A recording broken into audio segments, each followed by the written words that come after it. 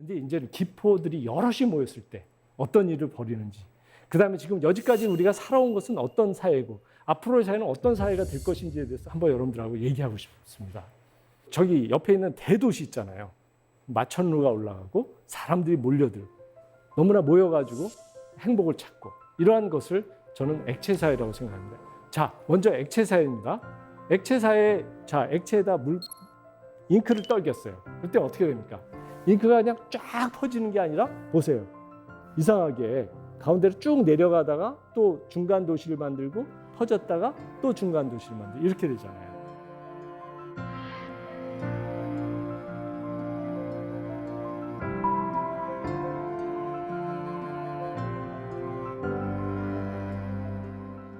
이것이 여지까지 우리 액체사회에서 경험한 겁니다. 서울로 가야, 그죠? 대도시에 가야 집값도 오르고 교육도 잘 받고 성공할 기회가 생기고 일자리도 있고 사람들이 다 모여드는 겁니다. 중심사회죠. 그런데 지금 우리 코로나 이후에는 거리 두기를 하려는 거예요. 그럼 사람들이 더 멀리 떨어져야 돼요. 그러면 코로나 이후 사회는 어때야 되느냐? 바로 기체사회. 그죠? 기체는 어떻습니까? 분자 사이의 거리가 멀고 운동을 자유롭게 하는 곳이죠.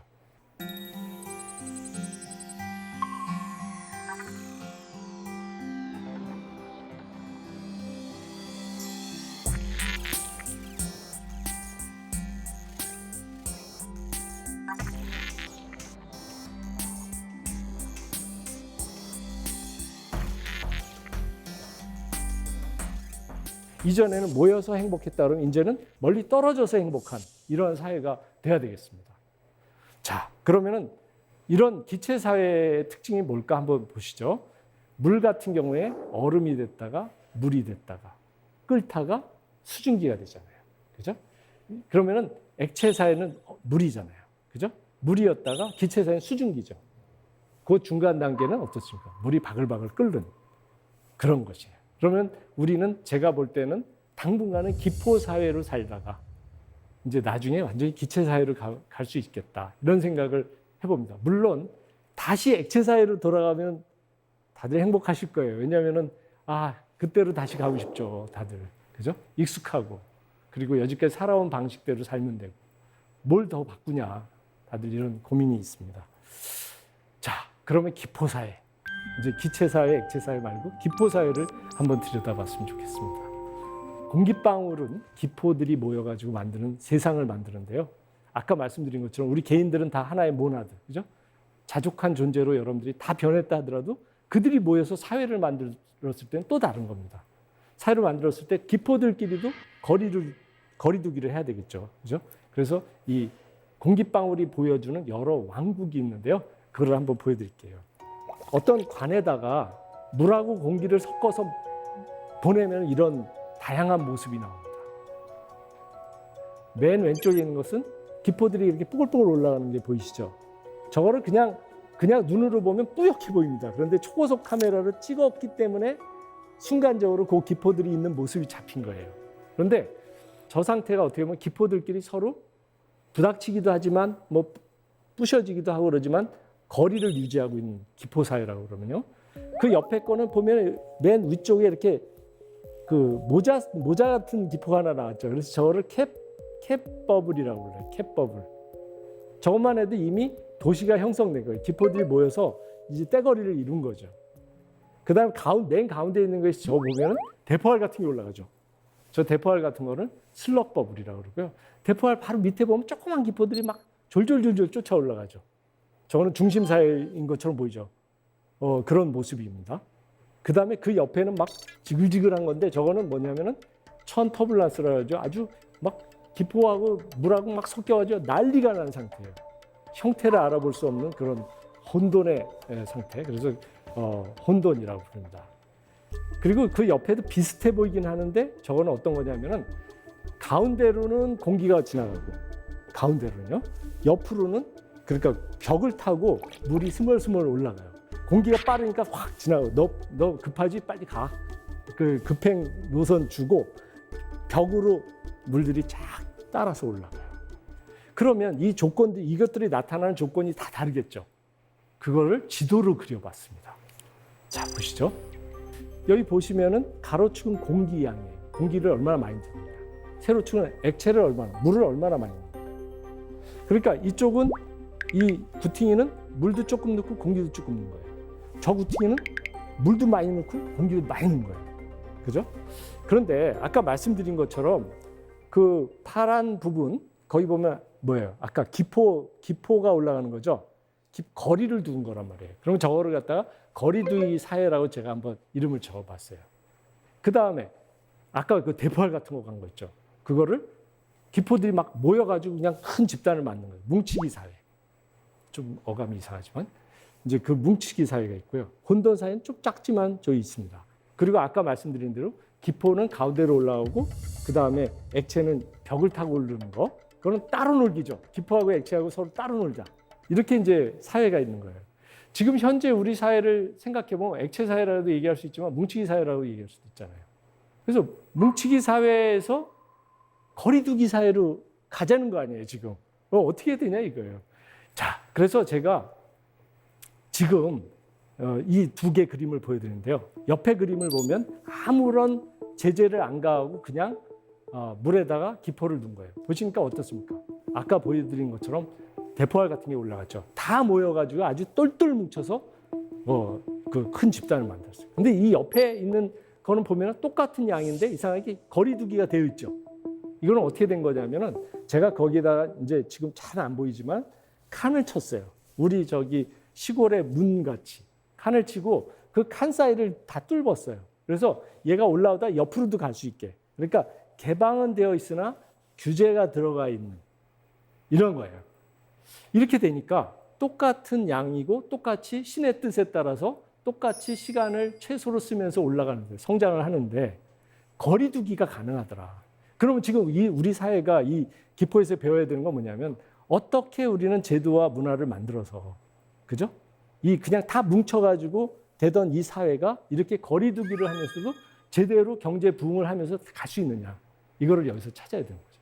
우리가 지금 이번에 코로나 대응을 잘하면서 세계에서 떠올랐잖아요. 그러면 우리는 어떻게 더 여기에서 차별화를 만들고 어떻게 더 성장할 것인가. 또 우리 개인들도 어떻게 차별화를 만들고 성장할 것인가. 그러니까 어떻게 보면 이제 기포 사회에서 우리는 더 큰 어떤 종류의 찬스를 얻어야 되는 거죠. 기회를 얻어야 된단 말이죠. 자, 물을 끓이는데요. 지금 여러분 아침마다 커피 끓이잖아요. 소리 들어보세요. 맛있는 소리죠. 그런데 이 물을 맨 처음에 찬물 넣고 끓일 때 어떤 소리가 나보세요?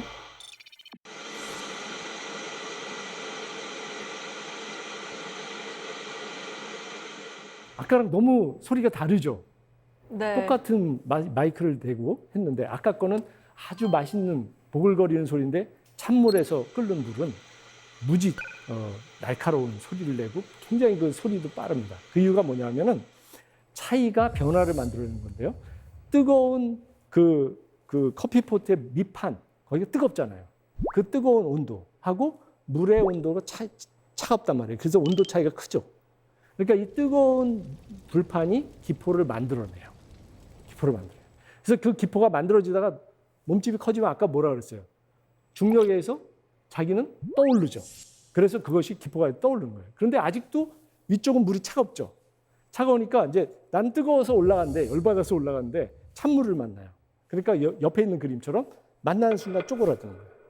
그런데 아까 잘할 때는 시간이 많이 걸렸는데 쪼그라들 때는 순식간이에요. 기포가 그러니까 거품 붕괴죠. 그러니까 이만한 공간이 갑자기 없어지는 거예요. 이만한 게 탁 없어져요. 그러면 글로 물 밀듯이 물이 밀려 들어오겠죠. 아까 그냥 막 힘주어서 막았는데 이게 막 밀려 들어오겠죠. 막 밀려 들어오니까 그 압력 충격파가 생겨가지고 빡 터지는 거예요. 막 터져요. 그러면 그게 사방으로 퍼지는데 바닥 있죠. 바닥이 제일 먼저 때리겠죠. 그러니까 바닥 치는 소리가 아까 그렇게 시끄러운 소리가 나는 거예요. 그래서 여러분들 저기 설거지 하시다 보면 커피포트 바닥이 산지 얼마 안 됐는데 보면은 뭐 망치로 친 것처럼 까끌까끌해요. 그게 다 뭐가 한 짓이냐면은 바로 기포가 죽으면서 질른 소리예요. 비명이에요. 사실 우리가 커피물 끓이고 김치찌개 끓이면서 보글보글 이거 근데 그건 모두 기포가 사망하면서 내는 소리였어요.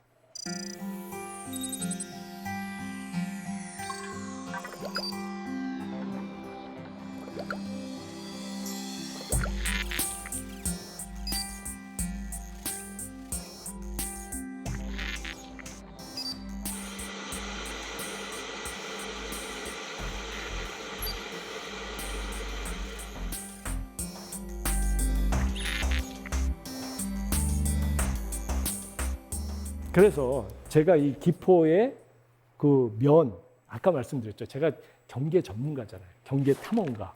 그래서 제가 조그마한 로봇이 된 것처럼 해서 그 기포를 여러분들 저랑 같이 상상을 해봐요. 기포 안에 들어가서 거기서 막 공기들하고 놀다가 한참 가다 보니까 어떻습니까? 물하고 만나는 경계에 있죠. 저기 물 입자들이 드글드글한 거예요. 그래서 가서 부닥쳐요. 그럼 그 경계의 모습이 찌그러지겠죠. 그러면 거기를 찾아보면 이런 것이 있습니다. 기포 벽이 이렇게 있으면은 이쪽은 기포예요. 기체, 이쪽은 액체잖아요. 그런데 아까 말씀드렸죠. 기포 안이 압력이 높다고 그랬잖아요. 압력이 높으니까 이 바깥쪽은 압력이 낮으니까 압력의 차이가 있죠. 압력의 차이가 얼마냐에 따라서 여기 이 사이에 전달되는 양이 달라져요. 그 다음에 이 면적이 어떠냐? 그러면 이 면적은 매끈하냐, 쭈글쭈글하냐 이거에 따라서 똑같은 구조라도 쭈글쭈글하면 면적이 엄청 늘어날 수 있어요. 주름이 지면. 그래서 이 기포와 액체 사이에 서로 교환하는 거. 문도 없고 창도 없지만 이 벽을 통해서 타고 들어오는 에너지와 힘과 이런 것들은 어떻게 되냐면은 바로 이 차이, 이것과 이거 차이하고 이 면적을 곱한 거에 비례해요. 비례해요. 그러니까 어떻게 하면 되냐면 차이를 크게 하고 면적도 크면 크게 교환이 되는 임팩트를 주는 거고 차이가 적어도 면적을 넓혀도 되는 거고 차이가 큰데 면적이 적어도 되는 거예요. 이걸 좀 제가 좀 장황하게 얘기해서 여러분들이 좀 괴로워하실 수도 있는데 어쨌거나 차이가 만들어내죠. 그죠? 차이가 변화를 만들어내요.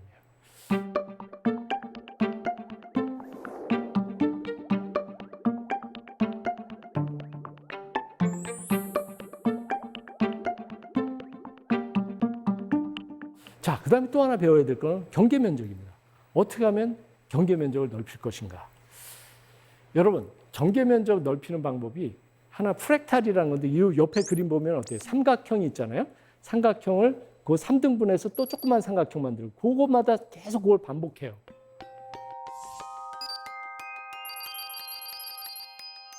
이렇게 하면은 똑같은 거의 이제 원이 돼요. 저게 계속하면 원이 되는데 그 원의 원주 길이가 무한대까지도 갈 수 있을 것처럼 이렇게 팽창하는 겁니다.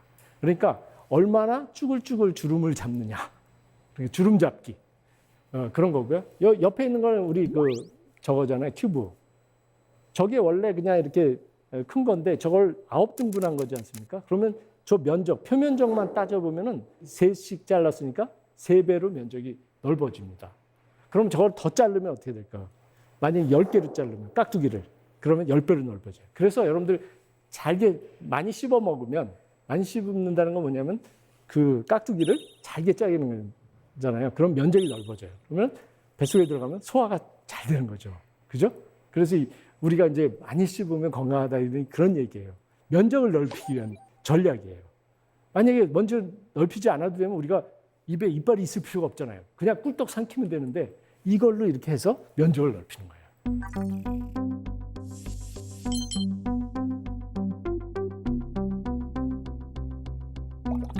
마찬가지로 기포도 주름이 있으면서 그 주름을 통해서 면적을 넓히고 그 면적으로 어떻게 됩니까?